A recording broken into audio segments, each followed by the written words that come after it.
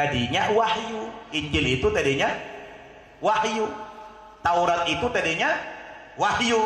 Zabur itu tadinya wahyu. Tapi ketika kitab suci ini ditinggalkan nabi-nabi itu, ada yang meninggal, ada yang diangkat ke langit seperti Isa. Berpindah tangan kitab suci itu kepada umatnya.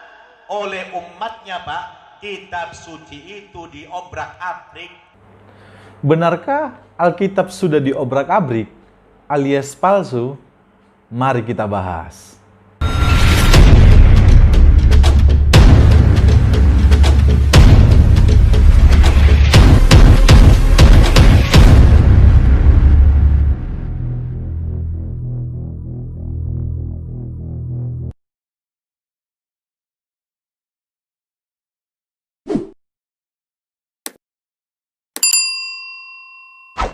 Shalom guys, kali ini berjumpa kembali dengan saya.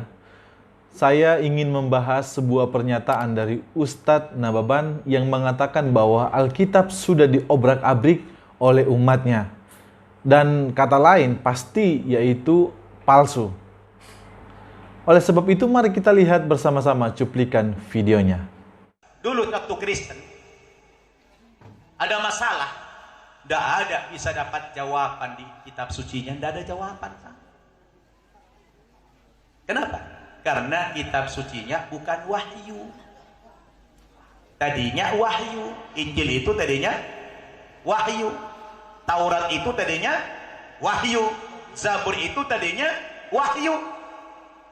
Tapi ketika kitab suci ini ditinggalkan nabi-nabi itu, ada yang meninggal, ada yang diangkat ke langit seperti Isa. Berpindah tangan kitab suci itu kepada umatnya. Oleh umatnya, Pak, kitab suci itu diobrak-abrik, dirusak, ditambah, dikurangi, sehingga kitab suci itu menyimpang dari kebenaran. Makanya saya dulu masuk Islam. Kita sudah melihat bersama-sama cuplikan videonya. Di sana jelas Ustadz Nababan mengatakan bahwa Alkitab atau kitab suci orang Kristen sudah diobrak-abrik oleh umatnya, alias palsu. Tanggapan saya mengenai bagian ini yang pertama, tadi kita bisa melihat bahwa di dalam video itu Ustadz Nababan mengatakan bahwa ketika ia menjadi seorang Kristen dulu, ketika di tengah-tengah masalah, ia tidak menemukan jalan jawaban dari kitab suci orang Kristen. Alasannya karena kitab suci orang Kristen sudah diobrak-abrik oleh umatnya. Dari bagian ini saya ambil kesimpulan yang pertama, dulu waktu Ustadz Nababan menjadi seorang Kristen, saya percaya Ustadz Nababan adalah seorang Kristen yang hanya KTP saja. Karena kenapa? Kalau orang yang membaca dan mengenal Tuhan dengan baik, tentu tidaklah demikian. Karena jelas bahwa di dalam Alkitab ada jawaban dari setiap persoalan di dalam kehidupan manusia. Dan juga perlu saya tekankan bahwa segala persoalan apapun yang dialami oleh manusia sudah ada di dalam Alkitab jawabannya. Pertanyaan saya sekarang, apakah Anda membaca Alkitab? Itu tentu harus kita pertanyakan. Karena kalau ia membaca Alkitab, tentu akan menemukan. Tapi kalau tidak baca Alkitab, ya pasti tidak menemukan. Yang kedua, Alkitab juga jelas mengatakan bahwa 2 Timotius 3 ayat 16 berkata demikian, segala tulisan yang diilhamkan Allah memang bermanfaat untuk mengajar, untuk menyatakan kesalahan, untuk memperbaiki kelakuan, dan untuk mendidik orang dalam kebenaran. Jadi jelas dari bagian ini, tegas Alkitab bukan hanya benar-benar dari Allah, tetapi ia juga mendidik orang, mengajar orang ke arah yang lebih baik. Ini jelas, Pak Ustadz Nababan. Tanggapan saya yang kedua, terkait ia mengatakan bahwa Alkitab orang Kristen sudah diobrak-abrik oleh umatnya, alias palsu, saya mau tanya kepada Ustadz Nababan.